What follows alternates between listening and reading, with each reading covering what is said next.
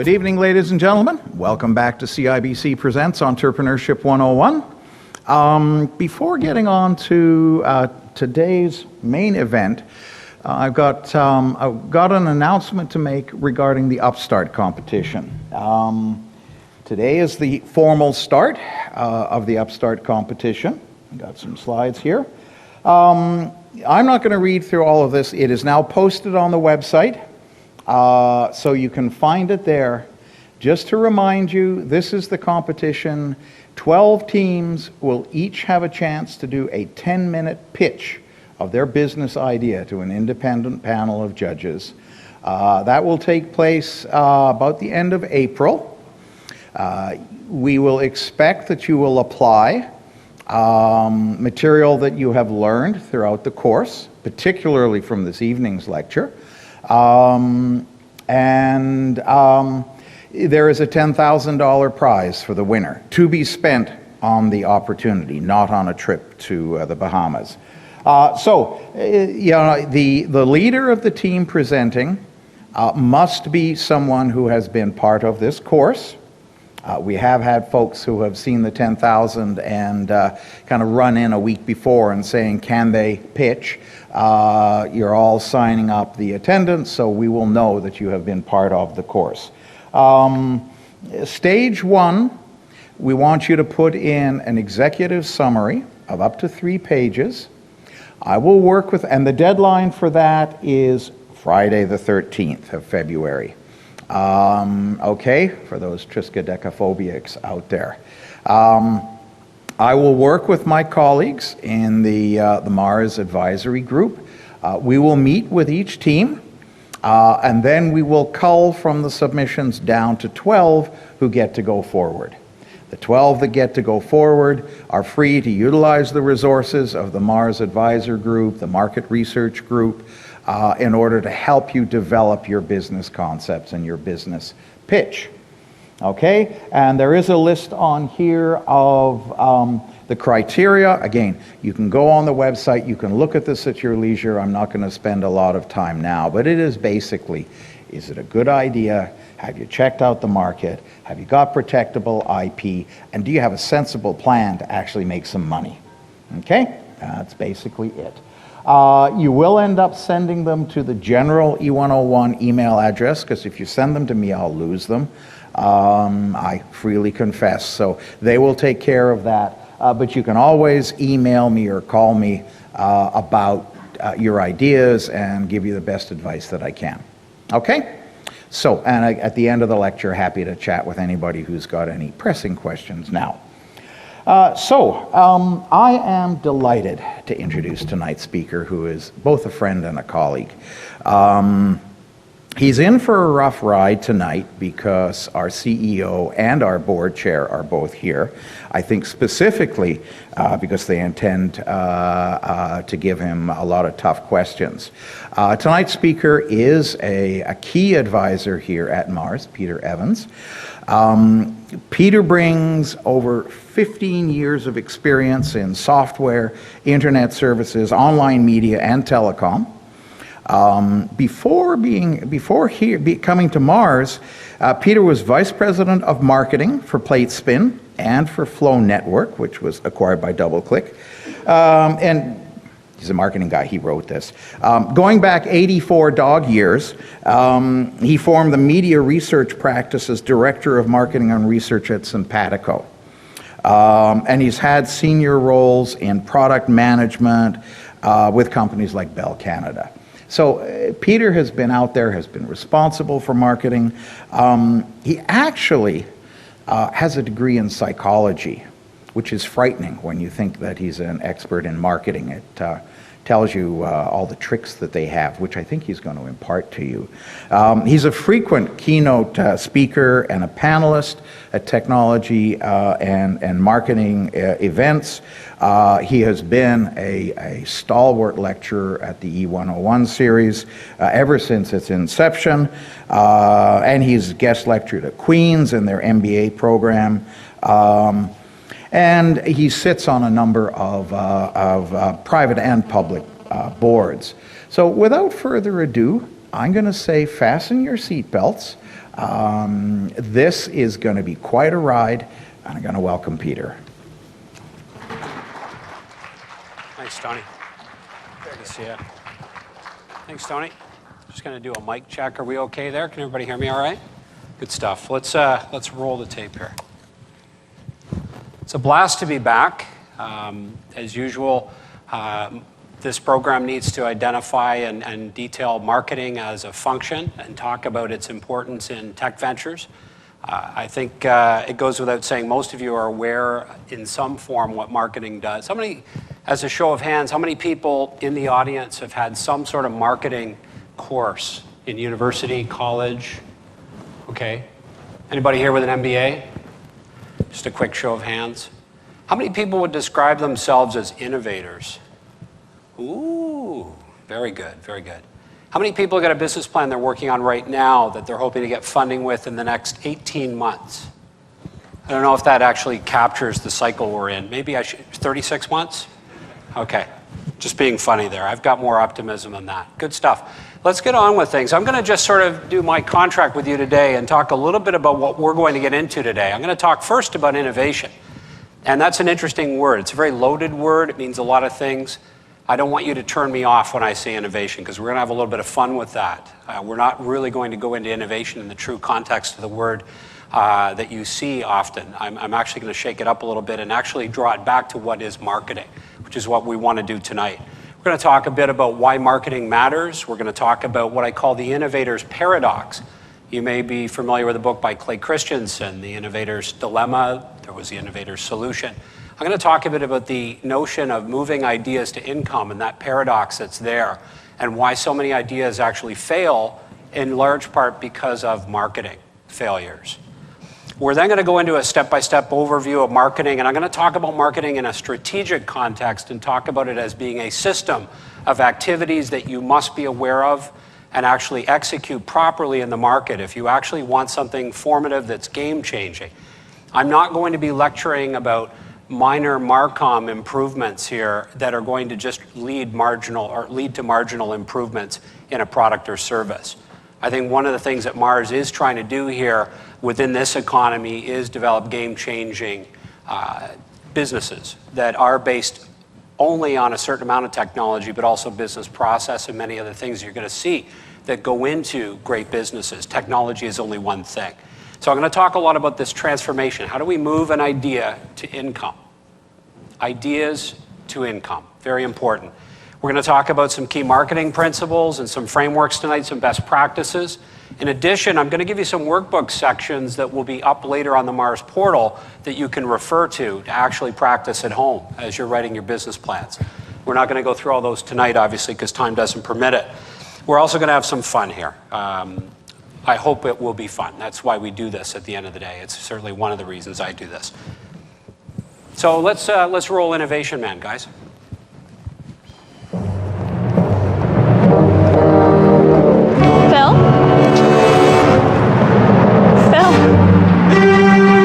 Innovation Man. What's going on? Innovation Workshop. And your job is? Kick off the innovation agenda. Fire up the troops for innovation. Hence the I. I for ideation. I for incubation. I for invigoration. I for implementation. Oh, I knew I forgot something.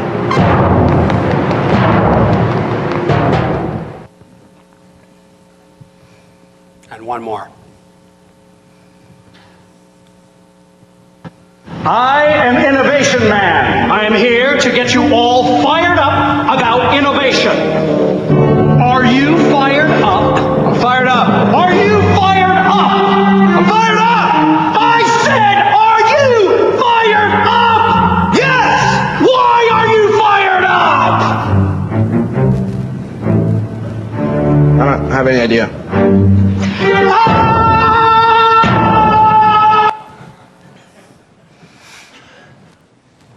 What is innovation?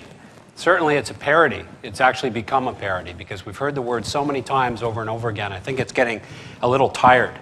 And this is why the IBM company's been out there having a lot of fun with this at a corporate level and talking to CIOs in those kind of frames of reference, because it actually puts them off guard. The shields come down, so to speak, as we say on a sales call, when we start poking fun at these kind of concepts. But there is quite a bit to innovation that I want to talk about as it relates to marketing. In the context of innovation, it's good because Wikipedia says so. At the end of the day, innovation is a new way of doing something that can refer to incremental, radical, or revolutionary changes in thinking, products, processes, and organization. Just a very simple definition. When we look at innovation, there's 10 types of innovation. I would take this from somebody that I trust knows a bit about the subject, Larry Keeley from Doblin Group, which is now part of Monitor. And he advises some of the biggest, most successful companies in the world, and he says there's 10 things on that sort of strategy canvas that you can play out from an innovation point of view. What's interesting here is I'm going to talk about a number of things here related to the finance and business model, networks and alliances, offerings, product system, your delivery channel, how you get offerings to market, and your brand and your customer experience. We're going to touch on these elements specifically in the next 2 lectures that we have, both tonight and next Wednesday. I'm going to take you through that. I'm going to simplify innovation and go out on a limb here just by saying that innovation for me, and I like to simplify problems. I guess, not being a mathematician, that might be a little weird, but at the same time, we marketers like to simplify as well. We have to. I think innovation is very simple. It's about creativity fused with process that transforms ideas to income. Can we take that as a working definition for tonight? Does it work? I got a show of hands. The other thing is positive social change. Thank you for the hands. I have to put that in there, first of all, because Alison Hewitt will beat me up if I don't put that in there, and she's the head of our SIG group, our social entrepreneurship group here at Mars. And it's something that we're trying to impact as well, positive social change, not just a single bottom line, but a double and triple bottom line. I'm going to take that off, though, for now, because I'm not here to talk about social entrepreneurship, but I will actually start to weave social entrepreneurship into this as part of very good marketing strategy. And my exposure to social innovation and some of the models over the past 3 years within the venture group have given me a lot more insight into how that plays out. So let's go on this ideas to income journey, and let's first define marketing and talk a bit about it. I'm going to defer to the experts on this. 2 people or 1 organization and 1 person. The AMA basically has a very dry definition. It's an activity, a set of institutions, processes for creating, communicating, delivering, and exchanging offerings that have value for customers, clients, partners, and society at large. So they did get the society part in there, great. Dr. Phil, as he's affectionately known, many of you would have seen one of his textbooks. He's really the 101 marketing guru that is really in the curriculum for many business schools. And he just simplifies it a bit more, saying it's a management process responsible for identifying, anticipating, and satisfying customer requirements profitably. It's not inspiring. I'm calling Dr. Phil out on this. I think we need a new definition of marketing. I think something that is more inspiring to startups and to entrepreneurs that not only want to change the world, but may want to get bought by Google. It's not a bad thing. So I have a lot of respect for Dr. Kotler, but I'm just having a little bit of fun there to sort of say, why don't we just expand our vision for a second on marketing? In this continuum from idea to income, very simply to give you a level set organizationally, marketing fits within that whole senior level, but on the bottom, marketing splits out into a number of different areas. It is one of the most misunderstood functions in business today. One of the reasons why is because marketing is almost responsible for everything, and I'm going to show you how they're responsible for more than 50% of a business plan. I'll prove that to you. The problem is that we don't really lock it down with a CFA, with a chartered accounting degree. There's no professional engineering designation. You can't look at an MBA who's got a pinky ring across from you and say that they're certified as an MBA. We've never really gone there. In fact, an MBA is probably one of the few, or an HBA is one of the few formal academic designations that says somebody might be qualified, potentially, to be a good marketer. So it's floppy. Inherently, as a discipline, it's very floppy. Ironically, what's on the flip side of that, they have a huge scope. Marketing research, strategy, product management, market management, which is also known as MarCom, We've got partnerships that also can roll in as at least strategically into marketing. And then we've got Salesforce integration and Salesforce development, because in many cases, your Salesforce is only as good as your marketing people. But we're still kind of stuck with this. And this is what comes to mind when you ask people for a simplified definition of marketing, that algorithm that's in everybody's head. It's linear, it's simple, it's about product. Everybody needs some sort of a strategy. They need to research a product and plan it out and actually build something. They've got to then get it into market, and that's the placement. They've got to then come up with a pricing strategy before they get to market, and then they need to promote it. There's promotion strategy, publicity, PR, advertising that sort of fuels the national economy. It is simplified, though. I'm going to come back to that in a second. What's in it for startups with marketing? If you guys actually get marketing to the point where I think you really need to get marketing, there's a payoff here with customers. It establishes your relevance and credibility with the right first customers. I'm going to talk about first customers. It identifies problems and critical transition points and guides the development of your prototype and product. I'm going to talk about rapid prototyping and iterative development and why that's important as well before you go to a full launch, and how marketing can guide that process. It also creates more predictable and scalable go-to-market processes in alignment with the right segments. And for investors, if it does nothing else, it not only makes them money potentially, but good marketing reduces the risk that the company is going to fail.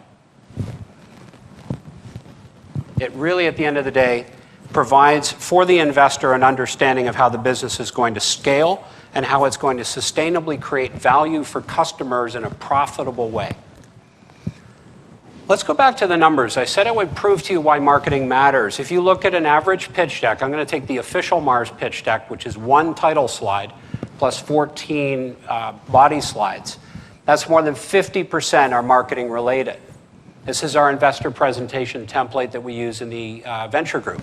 If you look at this, the blue ones are actually marketing related, generally accountable that some marketing person is going to want to see that and touch it. So what happens when marketing gets it wrong, all of these things, given the magnificent weight that they have within the business plan in terms of what they have to contribute? It's a lot of flops. Anybody recognize any of these products? Does anybody recognize two products from Apple? Yes. Nice. The Lisa and the Newton. The Lisa on the bottom left there, and one of the original PDAs actually in market. You have to hand it to Apple, the Newton, which I don't know if it was a total flop. Does anybody think it was a total flop? Did Apple learn from the introduction of Newton to get the iPhone right? Some of the guys work on 3G that were in Newton and could actually tell stories and actually talk about what they did wrong and have some earlier prototypes and mental models to actually work on or work through to actually make their 3G experience better when they launched iPhone. It's a whole different world, but there's still some people that transferred over. They learned a lot in that. Some of the reasons for market failures, there's 7 deadly sins. This is how these companies get it wrong when they go out. They don't address the proper market category. They don't know who the target customers are. They fail to understand how many people are actually working on the problem. Something Brian Colley in Ottawa from Chantry Networks likes to say, and I love this phrase. He says, you know, there's 7 other submarines under the water, and you get to the trade show with your new shiny toy. You don't realize that there's been 7 other companies under the water over a couple of years putting their periscopes out, but nobody ever knew they were there. And then you get to a big trade show, and there's 6 or 7 other companies that have got very similar product to what you've got. It really speaks to the competitive dynamic that we're in today, especially in open source development and other areas where the tools are becoming very cheap and innovation is happening at a faster pace. And we're seeing that in particular with software. It's getting much harder to compete because the barriers to entry are coming down. Product positioning in terms of the really unique approach that you bring to the party. Many people actually don't think enough about their unique approach to the market. They fail on pricing, they fail on distribution, and they fail on revenue. We're going to address some of those things tonight. It's actually getting tougher to compete these days, and I want to prove that. I want to talk about some of these companies that have completely come out of nowhere. And it gets really interesting when you phrase it this way. Who would have thought that Google, when they first started as a search engine, would have been a major threat potentially to Microsoft in the applications software, in the desktop space? Who would have thought that Motorola would actually lose their mojo in the mobile space? Who would have thought that Getty, of all people, with the consolidated market they had built for images and stock photography as one of the major gorillas in the space, could actually be under a major threat by iStock Photo, and hence bought them. Panasonic is one of the major players in a certain space that Johnson Controls wants to get into. Anybody know which space that is? Anybody know about hybrids? The battery technology space.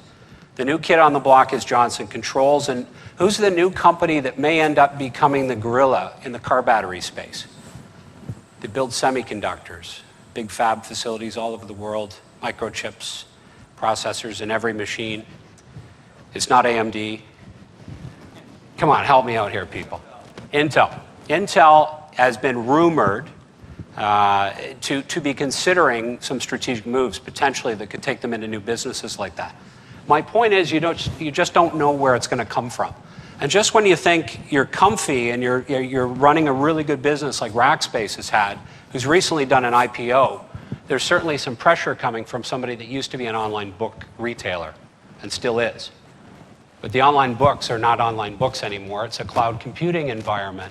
And the Elastic Cloud platform, ironically, is not something that just popped out of thin air for Amazon. Having studied them and even tried to sell into them with a previous company that I was part of, we got to know Amazon really well as a very, very capable company relative to infrastructure. They actually learned as a client with many hosting providers and started to engineer their own cloud computing system based on their heritage and their core competence.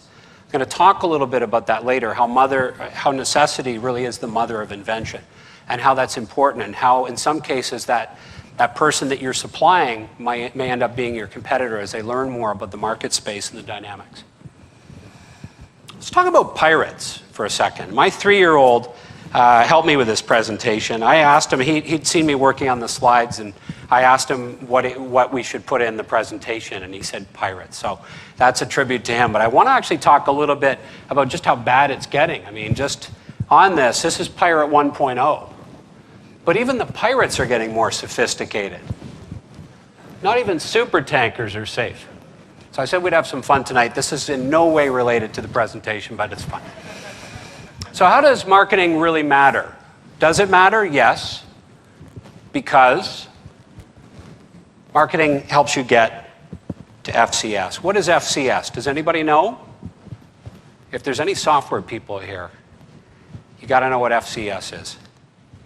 Nothing really happens until somebody gets to FCS. That's your clue. Anybody? You're probably asking yourselves this. Nice. First customer ship, first customer sale, 500 points. Thank you. It equals first customer sale. Yay, we got the first customer sale. Here's some bad news. The downside is most sales don't close. If every sales call we went on, we closed, the world would be a very different place. Trust me on that. But the sales process breaks down often through that whole product development phase, in terms of what we built, in terms of what we're shipping, in terms of what we're trying to actually sell into the channel. If the pain isn't qualified and quantified for the prospect, you don't get the sale. If the solution isn't brought into context with the customer's pain that they're feeling, there's an old saying in software, people want to buy aspirin, not vitamins. And that actually is even more true in a recession economy. Vitamins are nice to have, but some of the nice to haves go away very, very quickly in an economic downturn. Another reason why sales don't close is that there's not enough power involved. You're selling too low into the organization. You haven't put it in the context of what the very important top officer wants to hear. He or she is very powerful, but has different agendas than the user or the middle manager that you may have been selling to. I talk a lot about sales here because it's very, very important that you understand a little bit about sales to be a good marketer and to actually sell something. Because at the end of the day, nothing happens really until somebody sells something, is the old line. And it's such a true phrase. At the end of the day, to get the sale, the biggest problem that we see in the market is that there isn't clearly defined value put into the selling process. There's no tangible value proposition that relates back to dollars and cents as to why the prospect should care about what you're selling. Often we send people back to the drawing board. We didn't get the sale. What are we doing wrong? Does the product need more features? Should we just drop trow, as we say? Should we just lower our price? This is not good. I mean, you start getting into a bit of a death spiral there if you start making those things without really assessing why people are saying no. Let's go back to the drawing board. I just took you to the farthest end of the spectrum, which is actually first customer sale, which is what a lot of my clients are actually looking to get right now. Because the first customer sale is validation. When somebody pays for it, you've just crossed over the line. They've crossed over the line with you. They're validating that there's really something there that was worth paying for, and it's probably the truest validation of something that you've built that is of value, for those 4 reasons we talked about earlier. Let's go back to the actual idea, though. Those ideas that you talk to people on the campus about. Somebody comes up to you and says, hey, I got this great idea. We're basically going to run an ad network. We're going to build it. Just a standard LAMP environment, PHP, put it in Drupal, and we'll plug it into an ad network on the back end. We'll host it on Amazon or Mazo, and we're going to do really well. We'll just run this thing in the background. We'll see how it goes.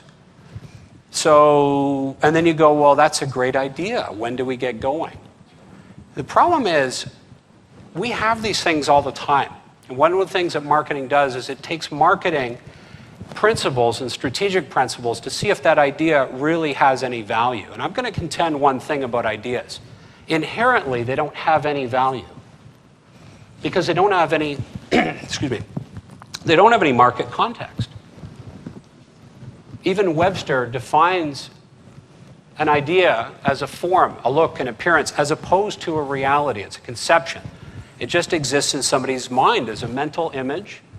It's an opinion, view, or belief. Nothing's happened yet. It's an idea. It's a groundless supposition, a fantasy even, a hazy perception, a vague impression, fanciful notion, or inkling. Imagine being at the water cooler and somebody says, hey, I got a great idea, and you hit them with this. We don't want to actually quash good ideas in the organization, but one of the things we do want to do is move it along. But one of the things that we have when we look at ideas and we look at income, and on that continuum from ideas to income, a lot can go wrong. And I want to illustrate this. I call it the innovation paradox. Not all technologies mean that you're going to spark the creation of a new business. You with me on that? Science and technology, you've got an algorithm, you've got a molecule. It's on the table there, you're looking at it every day going, you're going to make me a lot of money. You've got to productize it, or you've got to license it at some level. As well, you've got to potentially build a company around that. If it's going to be a product and you're going to distribute it either directly or indirectly, you may still need to build a company if it's not an out-licensing deal. And lastly, not every company that builds a product and goes to market is really a business, because the way I define a business is very simple. It's got to be profitable. It's got to make money. Keeps your accountants happy. At the same time, let's look at the market opportunity that people generally see. And this, I've been guilty of this too. I've overestimated market forecasts a number of times. And this is probably one of the biggest paradoxes of all when you see entrepreneurs come in and say, it's a $1 billion market and we're just going to get 10% of that. We think it's amazing. But it'll take us 5 years. You start looking at that and it starts to become fantasy to a certain degree. One of the things that you've got to look at is that markets are defined as customers with problems. Not everybody who has a problem actually becomes a buyer, because there's something that Clay Christensen calls is the concept of non-consumption. Some people have the pain, but they don't necessarily buy Tylenol or aspirin. They live with it. And that's something that increasingly we need to be aware of. The whole notion of inertia and non-consumption in markets can actually throw your forecast into a complete tailspin. And you're sitting there with your R&D guys going, but I thought this was the coolest thing, and people would come. What's interesting, though, is it gets worse. Because not everybody buying is buying you, your invention, your brand, your technology. That budget could go elsewhere to somebody else. Let's put it together. And what you're going to see here, courtesy of the guys at Neoset Ventures who actually put this model together, and I love talking about it because everybody loves it, because it actually graphically illustrates why companies fail, especially startups. in a very graphic way. Science and technology needs to go to market as a properly qualified market opportunity. Then you've got to actually put that problem together with the product, and you need to develop something called the value proposition, which is simply stated, what's in it for me? WIIFM, the most listened to radio station in the world for customers, WIFM. 3 is a distribution strategy, because those buyers have to interface with somebody, whether it's your channel, your salespeople that you may have hired, or indirectly a channel that you've hired in to represent your product or service. And lastly, there's got to be a financial model to this, because we said earlier one of our goals was to generate a profit at some point. Now, there's a lot of ad network guys and various ad-powered businesses that should really listen up on this one. It's quite interesting to see just how dysfunctional some of these businesses can be when you look for the money. How can we think about marketing as a system of activities? Some interesting projector stuff happening there. First of all, I want to draw your attention to these 5 areas here. I want you to think about marketing in a strategic context around customers and markets and suppliers, competitors, and then lastly, as we describe, the financial engine. What I've designed is just a basic way of summarizing all the things that you should be doing dynamically, not in a linear way. Invent product, get it placed, get it priced, get it promoted. That's a linear model that essentially misses the point on where the big innovation opportunities lie. If you look at this model basically says you've got to filter out or scan, this build is off, but I'm just going to pull all these together. You've got to scan the market at the top and look for trends and opportunities that are meaningful. Secondly, you've got to filter at the customer level. One of the key things about major innovations, there's that word again, is that you need to look at the signal to noise in a marketplace and understand what the customer really values at the end of the day. What I'm saying as a model we need to think about more is unrecoverable cost. The cost that you as an inventor, as a scientist, as a technologist, are adding to the product, features that the customer does not value. But it gets more exciting because you actually need to, as part of that process, synchronize with network partners, with suppliers, look at the supply chain and the people that are supplying you, and understand how you can synchronize with that entire supply chain, and also how you can synchronize from a sales point of view with other potential distribution channels. What's the company that brought us the affiliate model? Anybody know? Anybody from the internet side? Big book company, online retailer, books, Bueller, Amazon, thank you. Amazon is a synchronizer. Essentially, they've brought out an affiliate model that said, you know what, everybody can put Amazon pages and links and banners throughout the internet, and we can get traction throughout the entire internet. In context, when somebody's looking at a specific subject, that person can be a retailer and actually be a front-end affiliate for us. They synchronized a distribution channel on the web by pioneering the first major affiliate program. What's interesting here is that with all that money that you saved in the filtering process and by synchronizing with your suppliers and with your partners and any other affiliates that you could be looking at, you want to amplify. This is the zig versus zag stage. It's very asymmetric. It's contrarian. When your competitors do something, you do something different. But it's based on customer insight and some empathic customer research that says we actually have a good sense of what the customer is really valuing in the way that products are configured now. So lastly, it's about tuning the financial engine. What's interesting here is if you kind of look at the analogy, it's scanning constantly for meaningful trends that are in the market, moving in and understanding through deep insight with customers what they do and don't want, signal to noise, synchronizing with that extended network, and then amplifying and doing different things than what your competitors are doing instead of marginal improvements in features and service features. And then tuning for that financial engine, as I said. While all this is going on, you're configuring your internal capabilities. That's your talent. That's your capital. It's what's in treasury. And it's building core competencies, for instance. Intel has core competencies and a treasury department that could possibly spring them into the car battery business. Amazon built core competencies as an online retailer, looking at a lot of formative research on how e-commerce sites are built and the kind of pulls that they do on the network in order to engineer what must have seemed really crazy to basically build a network like the EC2 cloud computing solution. Let's keep going. We'll talk a little bit about some examples of this, because by now I must have you thoroughly confused. Let's talk a bit about that. There's 5 here. Looking at convergent themes, I like to look at things like Google, and let's just talk about that in the context of saying it wasn't just about free search. That was already there. Google was the 30th search engine to market. But what they did was they took the Overture model, essentially getting a cost per click ad model in there that advertisers, it resonated with them, and wonderful Google-like simplicity to the search experience, and everybody was happy.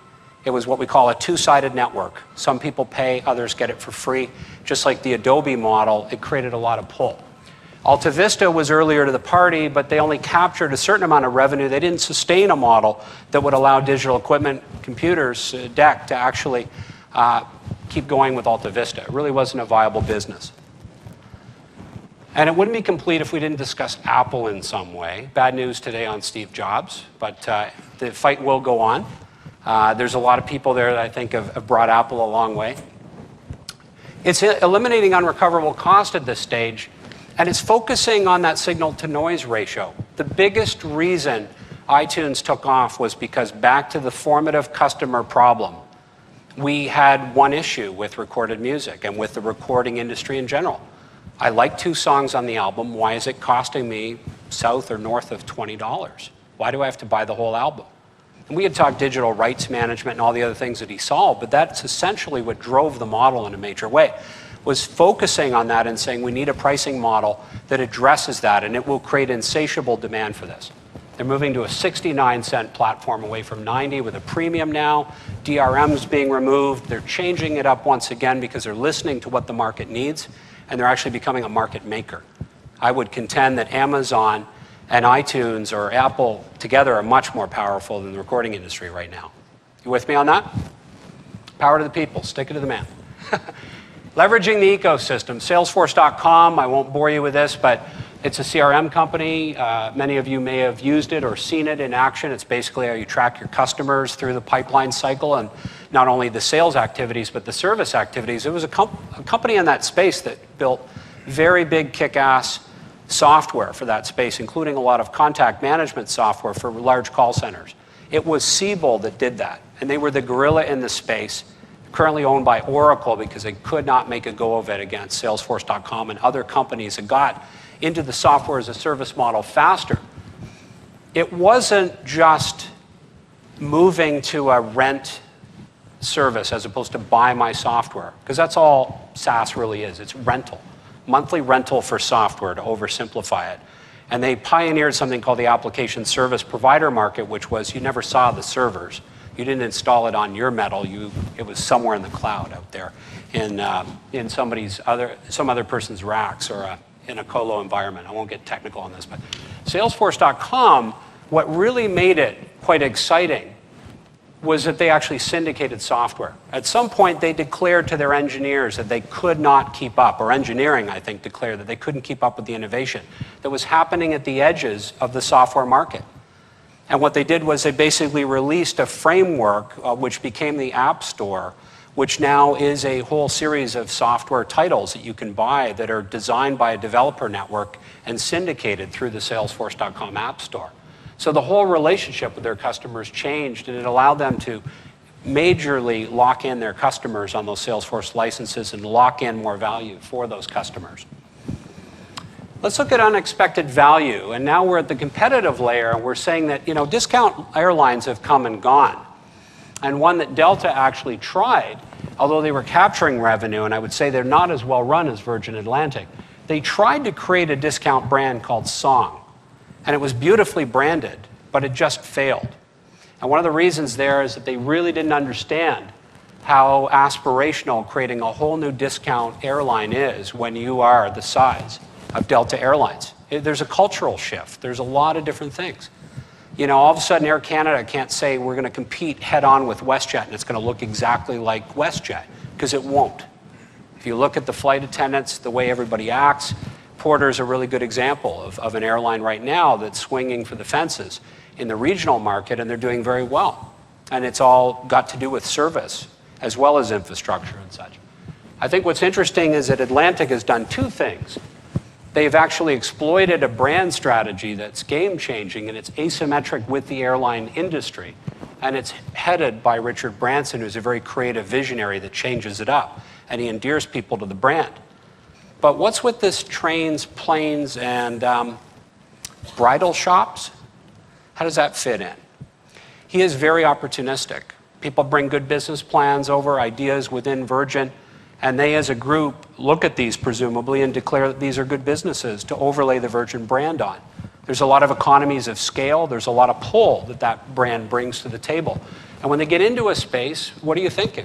You have to think like me. It's probably going to be a good experience. If Virgin's in it and they're doing it, unless they're just prototyping it, if they're going to make a serious go of it, it's probably going to be a really good client experience.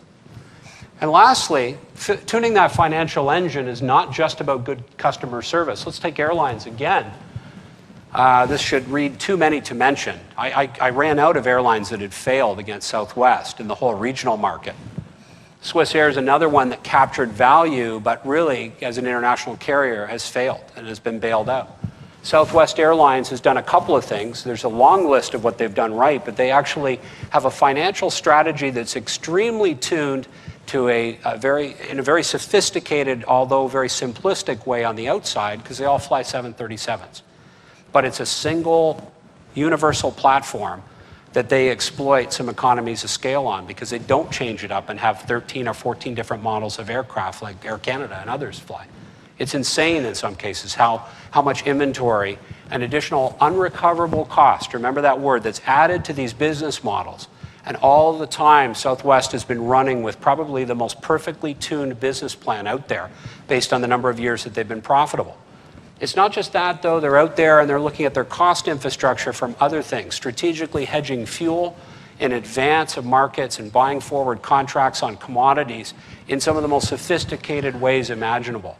So behind that veneer of the very cuddly flight attendant, or I shouldn't say cuddly, but very friendly flight attendant, and a very cuddly brand and the way that they endear you as a customer to their service philosophy, because it's very culturally rooted, they have a very, very well-run business from a financial point of view. So let's sort of bring it together here. I've talked a lot about this already, and this is going to be part of the workbooks. But when you're scanning in the marketplace, you should be looking at the category you're pursuing, how you're creating a new category. You should be looking at questions like how big is it? And do buyers, at the end of the day, have industry context to make a decision? On the filter side, this is about eliminating unrecoverable cost. It's actually going back and saying, who is your customer? What problem are you solving? How do you really know it's a problem for them? Have you tested this? This is a critical break point in most business plans that I see. And how much will customers pay to solve that problem? And how did you come up with the pricing? Have you really talked to customers in the right way? And it's got to be more than just getting focus groups and only doing one layer of organizations like a user, as opposed to also testing people that are decision makers in the enterprise. We'll talk a bit about that later. It's about synchronizing as well, leveraging the ecosystem to deliver a better, faster, and cheaper solution. Those are three major dimensions of how you need to look at your supply network and also the distribution channels that you've got. At the end of the day, you're asking yourself here some of the questions around who's got power to get you to those target customer segments. In many cases, startups, especially in a B2B or God knows consumer markets, don't have the economic horsepower to get their product to market, so they've got to look at complementary fit with distribution channels. One of the key tests is how much market power they've got. It's the degree of influence that suppliers may have on the ability for you to produce your solution.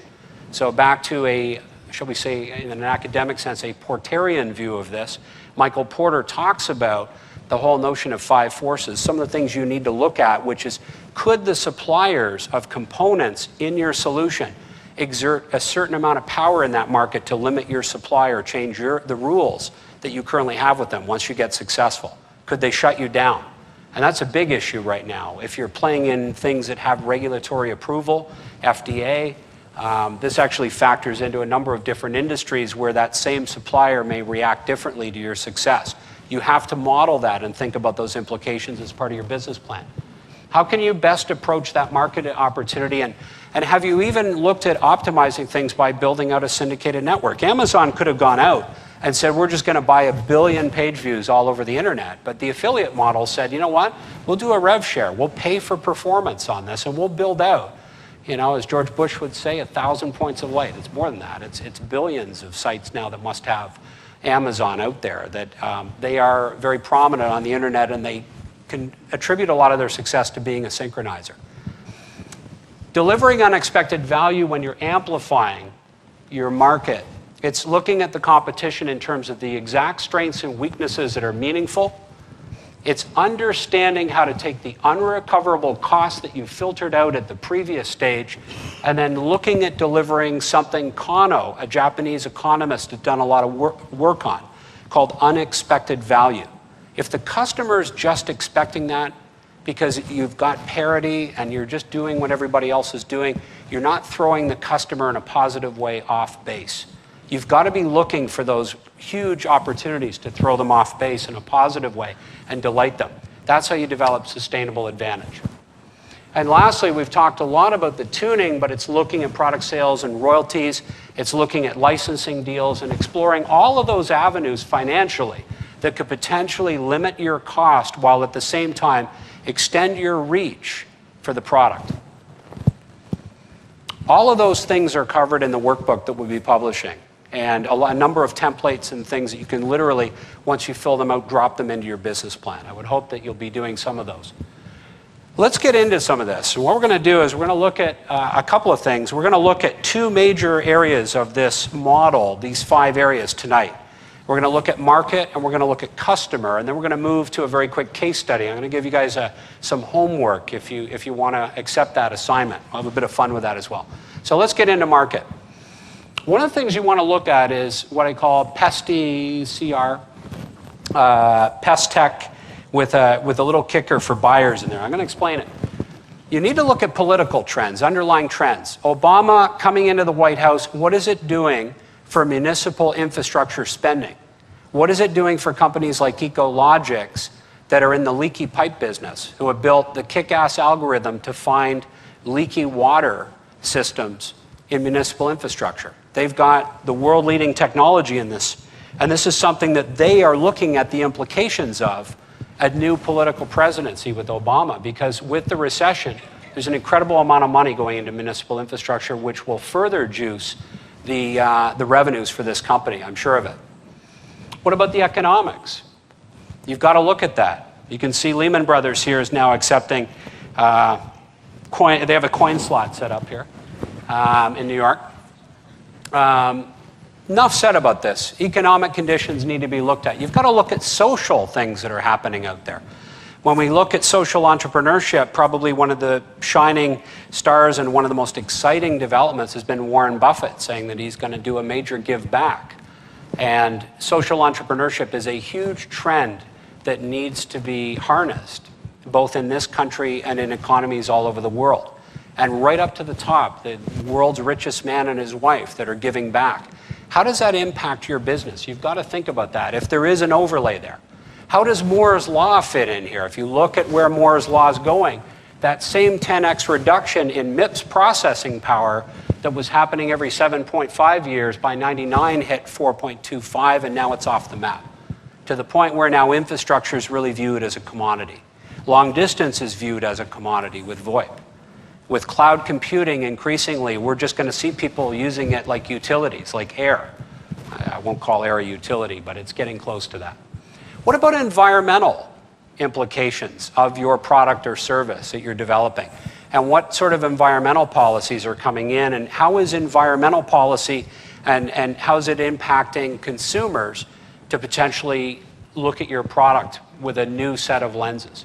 If we look at hybrid automobiles, 4 years ago, it really wasn't happening. But the environmental impact, and with people like Al Gore and Bono on stage, people are starting to take notice, and it has major implications for many. I like to put in capital as well because it's a major one. This is a very important point. Venture capital, if you are looking to raise it, does not often cycle with economics. It does to a certain degree, but there are pockets of venture capital that are still finding their way into good companies.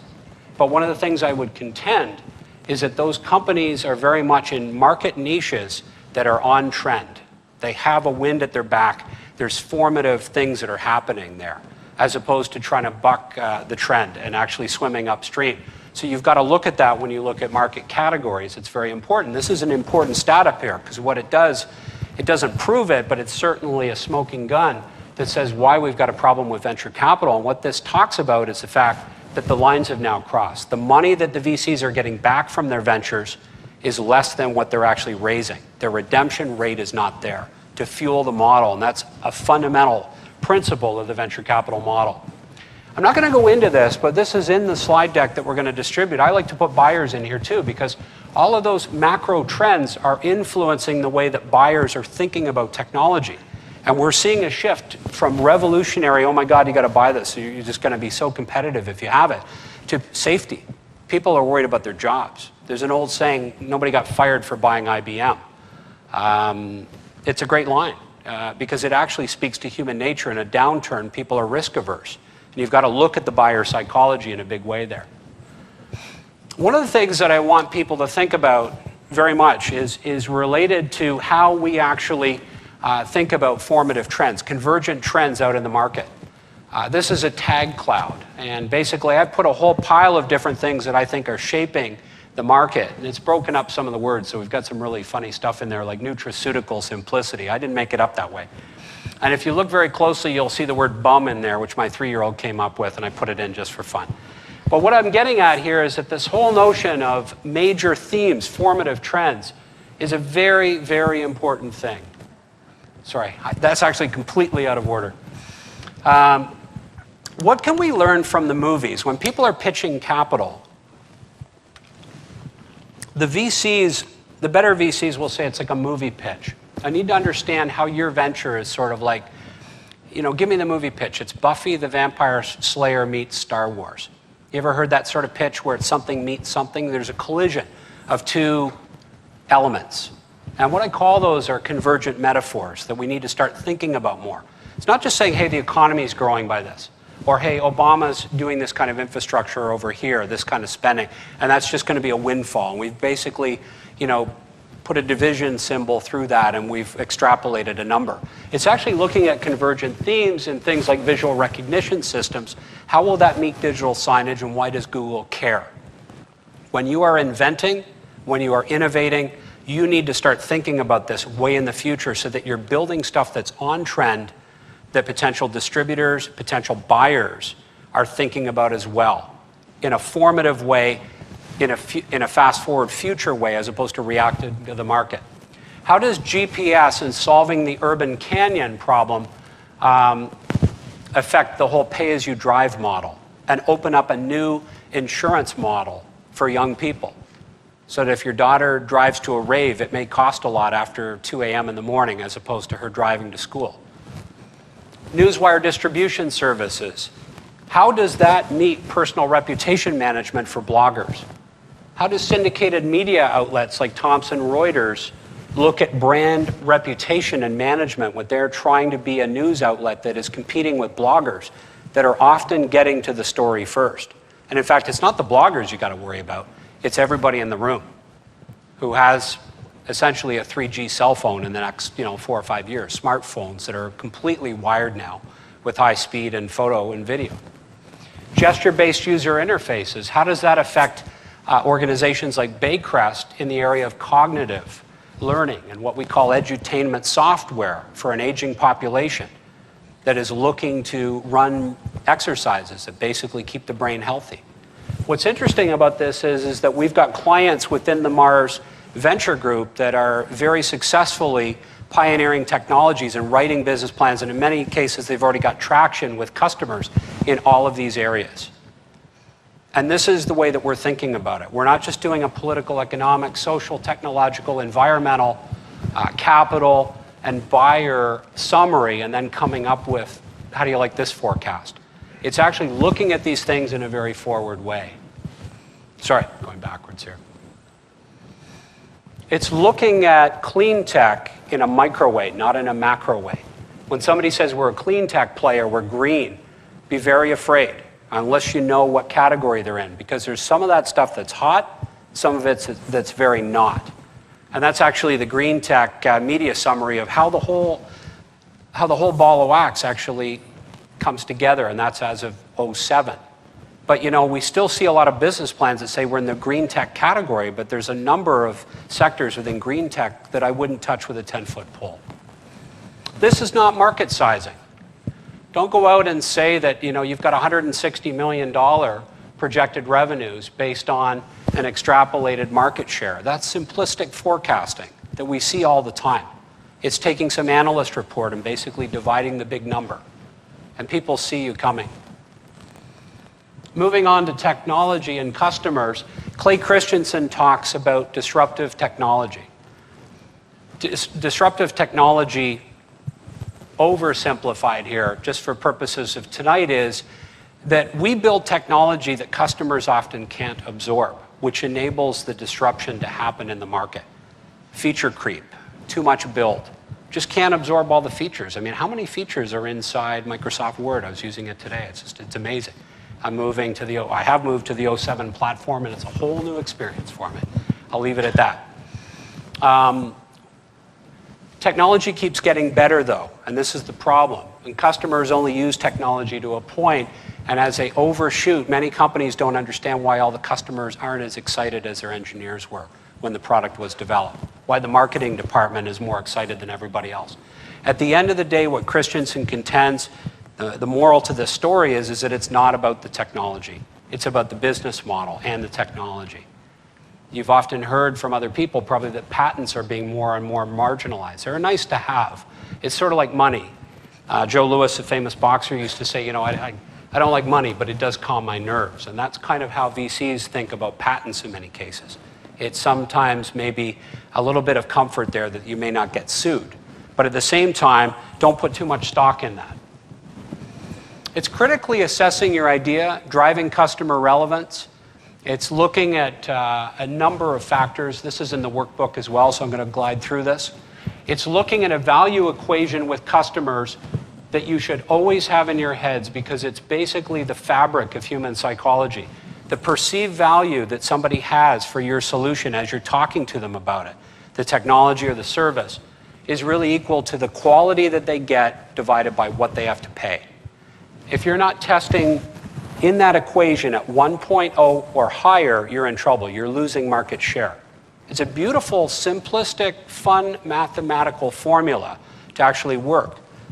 And it actually is very helpful because in many cases, you can start to plot where you are. You may be stuck in the middle. We see a lot of technologies and business plans that essentially are looking at failing over a long period of time. I'd sooner have them fail fast or tweak their business plan so that they can get into that green zone and actually offering and over-delivering on quality. By super maximizing quality, you add unrecoverable cost to the solution.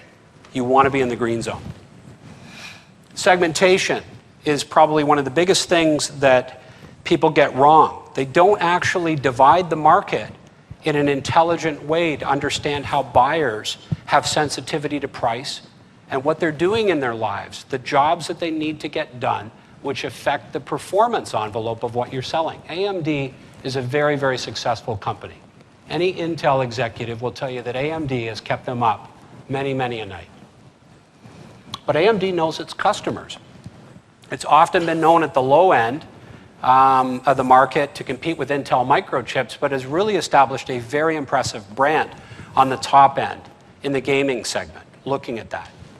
This is actually reference material again, but the whole notion of a value segment is nothing compared to what the guys or the girls are using in the gaming market today and the kind of screaming machines that they need in terms of the power.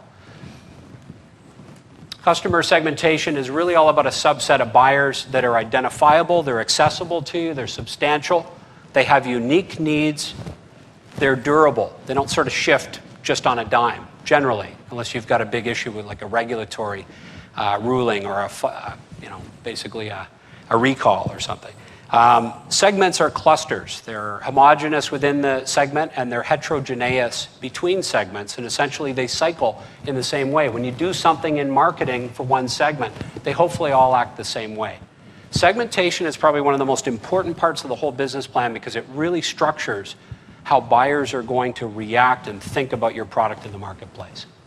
At the end of the day, one of the things you've got to understand is that technology goes through a cycle as well, from the early excited innovators, the early adopters, the visionaries that are interested in signing on to your product. Remember that first customer sale? Sometimes you never get beyond that because there's a problem. The visionaries that bought in early, they're adventurous, they have an early buy-in attitude, they think big, they're independent of the herd, they spend first, they have the need to use that capability and show their friends that they're out there. And they think that the pragmatic people that are going to follow them are a little too pedestrian. What's interesting, though, is that they hate each other. The people that are farther on in the cycle that you want to get to that compose more of the market, they actually comprise much more market for you. They're more prudent. They want to wait and see. We've all had people in our families like this that didn't have a cell phone until last year.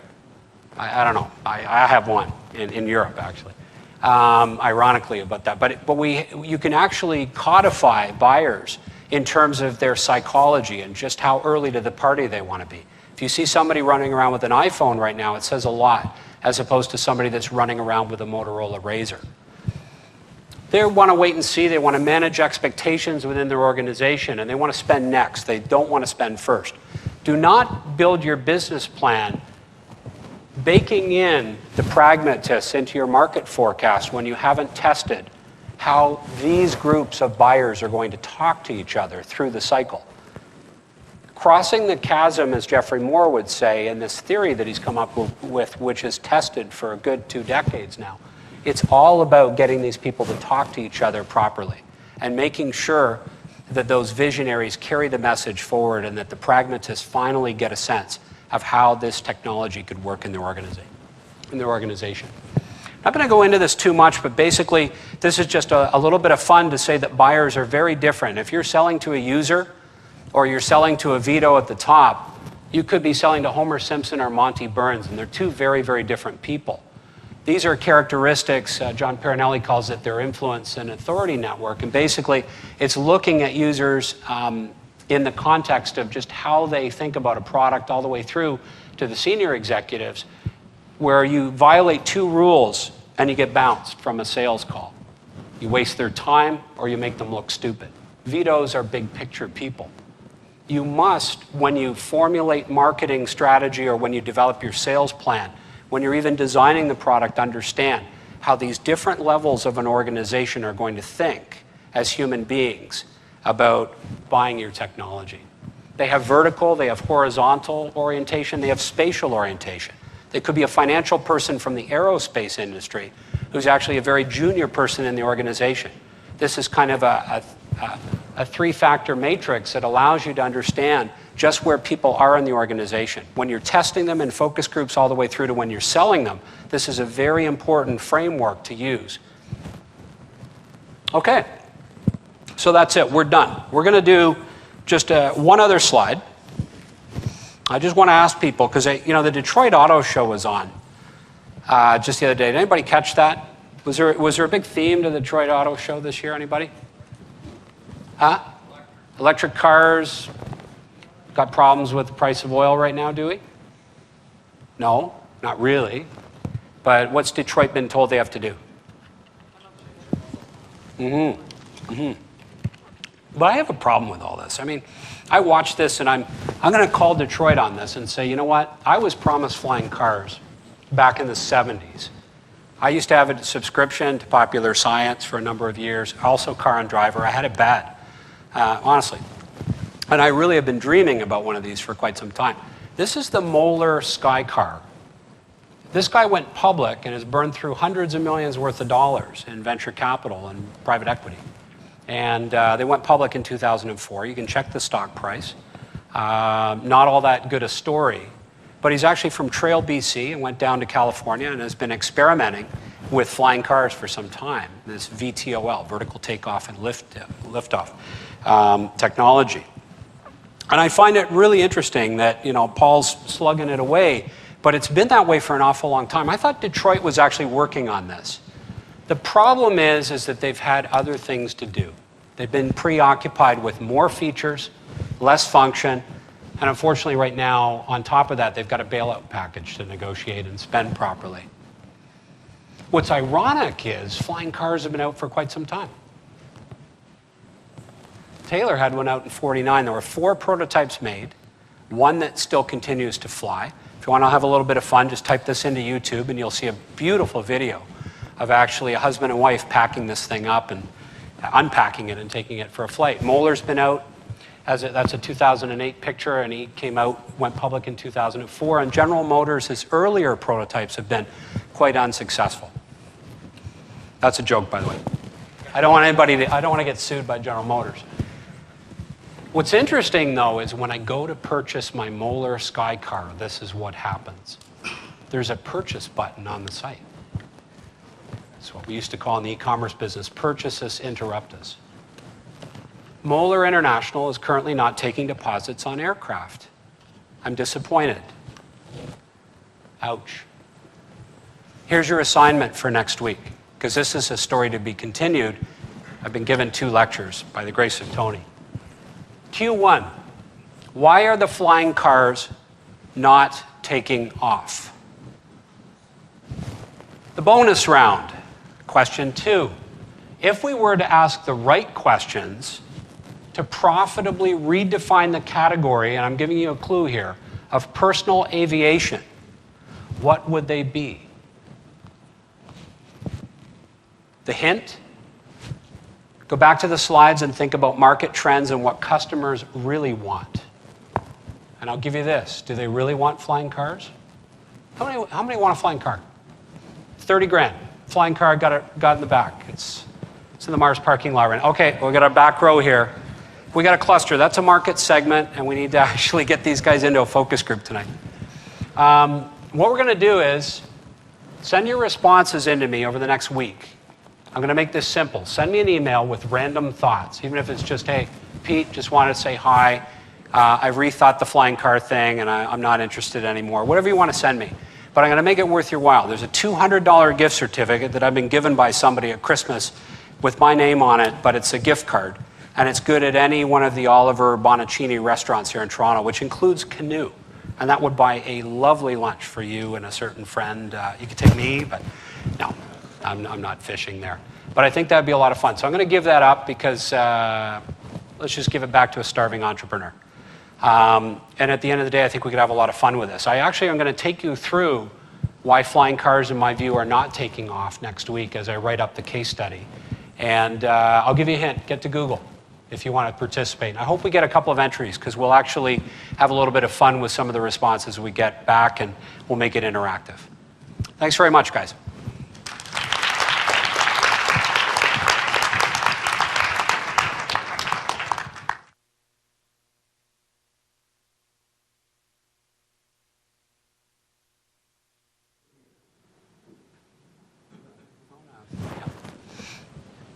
Happy to take any questions.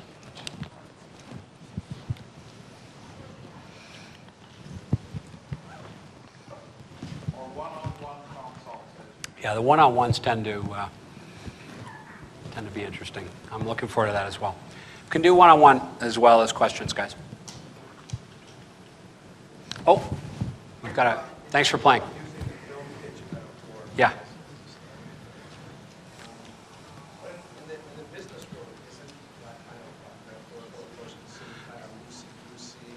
No, I was in the Valley 2 months ago, and I really started thinking about this after talking to a guy that had 8 exits in the Valley. And he's a real guy. I mean, he's the head of S-Face, which is the Silicon Valley Angels network, and actually is the chair. I can't recall the guy's name, I'm sorry, but he's very big on this. He says, when you pitch an investor or anybody, we're all human beings. And that whole notion of, hey, it's Buffy the Vampire Slayer meets Star Wars. I mean, we can all conjure up an idea of just how lame that's going to be, but what if we got the combination right? And that movie pitch is something that we can learn from, because in many cases, it cognitively gets people anchored immediately in terms of, if I know Star Wars and Buffy, I don't know Buffy the Vampire Slayer, but I'm just making that up for fun. But let's say it's CSI meets Star Wars. I can understand how that might play out. I don't think I'd like it, but at the same time, it gets people cognitively around that. And that's very important. People get, if you look at the number of business plans, and I might put the stat up next week just to show you how frightening it is, how many business plans are coming in to capital providers and what you have to compete with. It actually is that sort of stuff that's actually well thought out. And think of it as a wrapper around a really good business plan. It's not the pitch. That's not the whole thing. You've got to have something there that's not just sizzle. It's got to have some meat to it as well.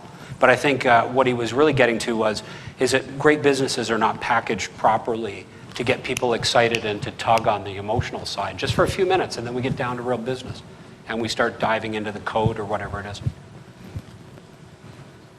Yes?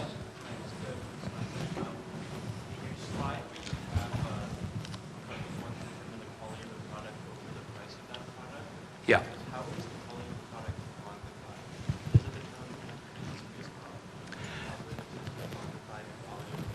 No, I mean, I think the premise of quality here, where I was trying to go with that, was that quality really needs to be viewed at, the question was, how do you define quality? And that's kind of a loaded question. As a consultant, I'll say it depends, first of all, and then I'll have to charge you for the, no, just joking.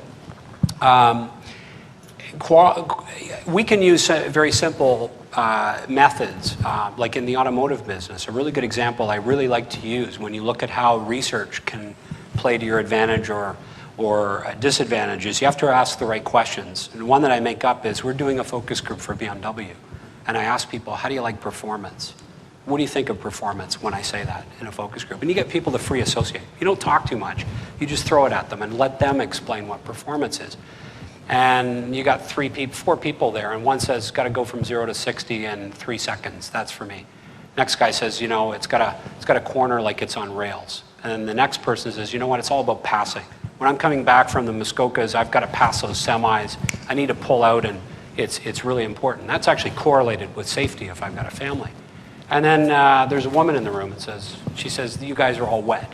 You know, you're all, I won't use the phrase, it might be derogatory, and it's a family show. But she comes back and says, you know, I got kids in the back seat, and I need this thing to brake properly. And I need it to stop faster than anything in its class. So now I've got 4 different sort of variations on performance from 4 different customers. And what's very important about this story is there might be only one in the room that matters to the company, because of those 4 things, maybe only one feature is really related to a segment of buyers who have budget, who are willing to pay a price premium for what the engineers are telling you you've got to add to that car to make it worth their while. So let's walk through that really fast. The first one is 0 to 60, so we might put in a V8 power plant. So we just made the engine bigger. Are we going to get that back in the showroom when we act, you know, from that market segment? If that, I'm being simplistic, but let's say that defines a segment of buyers. The next one is a turbo for passing. So we still go with a 4-cylinder. I had a Saab 9000, very fast car, 4-cylinder, but you need a turbo. Is that a way to get the job done? So engineering comes back, we got a Garrett turbo, this is what we can do it for, knock yourself out. We can have it ready for next model season. And the next one is we're going to put a torsion bar suspension in with some undercarriage. It's going to strengthen the body, and it's going to corner like it's on rails. But what does that cost at the end of the day? And that last one might be oversized disc brakes that we pulled out of Bendix, or whoever, Linamar, whoever is actually building those kind of components for that. So we've always got solutions on the back end to those customer problems, but all 4 of those people had needs. They perceive those needs. That's a focus group. It's not reality. When I see it in the showroom, I may not like the whole package solution. Remember the big formula? V equals Q over P, quality divided by price. And what I did was I just illustrated an age-old formula that everybody uses or learns in MBA called quality function deployment, which essentially gets the engineering spec aligned with the accountants and with the marketers. Those 3 groups have to get together. So the person that designs it and gets it out, and even sales, it's going to ship it in the showroom, the marketers that have to package all this stuff and weave it into the brand and tell a story, and then the guys that are going to count the money at the end of the day. And you see how the enterprise has to get their head around that. But we fundamentally go wrong when Detroit goes out and thinks, you know what? The solution right now to quarter-over-quarter growth is going to be to ship more Lincoln Navigators. And people are talking to people at the country club going, you know, I couldn't actually get it into the underground parking garage. It wouldn't clear on the ceiling. That was one of the big problems with the Lincoln Navigator when it first came out. So, you know, buyer beware. Now, they sold a lot of that, and the margins on the SUVs have actually been a bit of a, they've given Detroit a very false sense of security, those margins that they had, because they were basically shipping trucks that had a lot of really nicely loaded up luxury parts on it, which were all high margin. I don't want to get on a rant here with the automobile industry, but I do come from an automotive family. My dad, I'm British. My dad worked for them in the UK. He worked in Dearborn with Ford as well at the world headquarters, and then in St. Thomas and all over the place here in Canada. And it pains me to see the situation that they're in. And I lived in Windsor when Chrysler failed and when Lee Iacocca came in on the first buyout. And I'm seeing they haven't learned as much as I thought they would have from some of those experiences. It's like we're still selling Cordobas to a certain degree in America. And Toyota's been eating this up with a fork all the way through. They're on to the next curve. So anyways, that's my rant. But I hope that's helpful. It's a very interesting analogy that can say that, you know, when you're measuring quality, you could be completely off if you don't ask the right questions. And that comes back to our case. Do people really want flying cars in the end? I don't think so. And that's why Moeller is putting a lot of money into this. Anybody else? What sectors of the economy requires new technology over the next few years? So it's just to repeat the question, what sectors of the economy are going to be hot for new technology? Don't have a crystal ball, and I'm not an analyst. I mean, there are some areas I think are really important, but I'm going to bring it back to one of those previous slides. And what I'll do just for fun right here, real quick, because it's one of the back ones. These are the sectors that you start needing to think about. You need to start thinking about themes as well as sectors. I get a lot of people going, I want to get into green tech. What's that mean for me? I think a formative question that you need to match that with is, where are these big sectors going to be going? What do they care about? Vint Cerf came out to speak at the University of Waterloo, the guy that's responsible for the TCP/IP protocol stack. So when he was back working for DARPANET and the Defense Department, he was one of those guys in those unmarked vans testing out the old radio and IP network that they had going in the earlier days. And he's a brilliant scientist. He's now at Google as their chief evangelist. And Vint Cerf threw up a slide that I thought was amazing. Like, it just made my day. Vint Cerf actually put up the playbook for what Google's interested in. It's out there. Their revenue model's out there. I'm going to show that to you later because we're going to talk about financials next week. But Google as a public company does disclose an awful lot of interesting information as to what problems they need to solve within their existing businesses today and where they're going with TV and IPTV and areas like that. And I think you're going to see some amazing themes in the Google story emerge. But Vint actually put up, I can call him Vint. I have my picture taken with him. It was quite exciting. Nerds actually get off on this. Vint Cerf actually put up a slide saying this is what Google's working on right now. And if you're an inventor, an innovator, an engineer, and you think you've got game, bring it on. Come and see us and help us on these problems. Maybe there's a partnership in the works. Maybe we'll try to hire you if we don't think you can go all the way and you decide you want to work inside the tent. That's a talent magnet right there, if there ever was one. What he's doing is he's saying these are what I'm going to talk about next week as big, hairy, audacious problems. We've heard of BHAGs, big, hairy, audacious goals, corporately. But I'd like to talk about BHAPs, the problems that many companies are working on right now. These are huge problems for Google, for Aviva, CNW, Thomson Reuters, and Baycrest, because people are sitting in meetings going, what's Google's play on digital signage? How will algorithms shape the ability to actually understand audience demographics in the outer net, not the internet? How could we actually read facial images and understand the audience characteristics of somebody looking at a digital sign in a shopping mall? Google's working on it right now. I know this. It'd be stupid if they weren't. And I'm working with a company called Cognivision that's working on addressing that problem with a PhD thesis and a kick-ass set of patents out of the University of Toronto that actually they're based on visual systems recognition. But how does that patent become a business? How it becomes a profitable business is very simple. It must address a pain point that is clearly understood by some sort of buyer out there. And it may not be the immediate customer right now. That might feel creepy to customers that we're measuring this. But if it's done properly, it can actually add a lot of context to the kind of advertising that you see on a digital sign in a shopping mall. So it's very exciting, actually, but it has to be put in that context. If you look at the right-hand side of this, these are the things, the new formative trends that are coming out. So I think it's very upsetting to me when I see people just focusing on the big category stuff, and they read a Forrester report, and they do the math on it, and then they say, you know what, we actually think, because there's so many people using Game Boys right now, or DS and Nintendo machines, we've divided a fraction of that user base, and we think that since we are actually can be loaded onto that platform, that we're worth that. It's just a very simplistic way to look at it. And I like to look at pain points. Now, pain is only one aspect of it. I mean, if we're looking at consumer markets and we're talking about video titles, an important part of that is, I mean, it's not just pain, it's pleasure as well, and the entertainment business as well. So I'm just being flip when I say pain. But pain in the B2B market is really what you need to solve right now to be relevant, especially in a down economy. Any other questions in the back row? How do you go looking for pain? Well, first of all, pain is everywhere. It's beside you. It's in the air. It's like bad ideas are in the air. But you need to start understanding price sensitivity. It's like saying, well, you want to go from 0 to 60 in 3 seconds. Would you be interested in this electric roadster called the Tesla?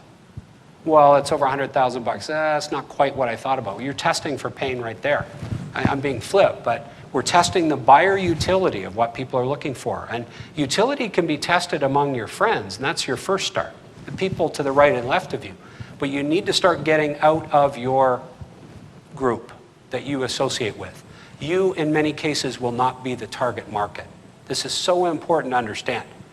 So when people are arguing and navel-gazing in boardroom sessions, and I've been part of many in corporations, both on the consulting side of things and being one of those poor employees as head of marketing that's looking at market forecasts, trying to understand where that next trend's going to come from, I often have to get out of my zone and say, you know what, I'm an old guy.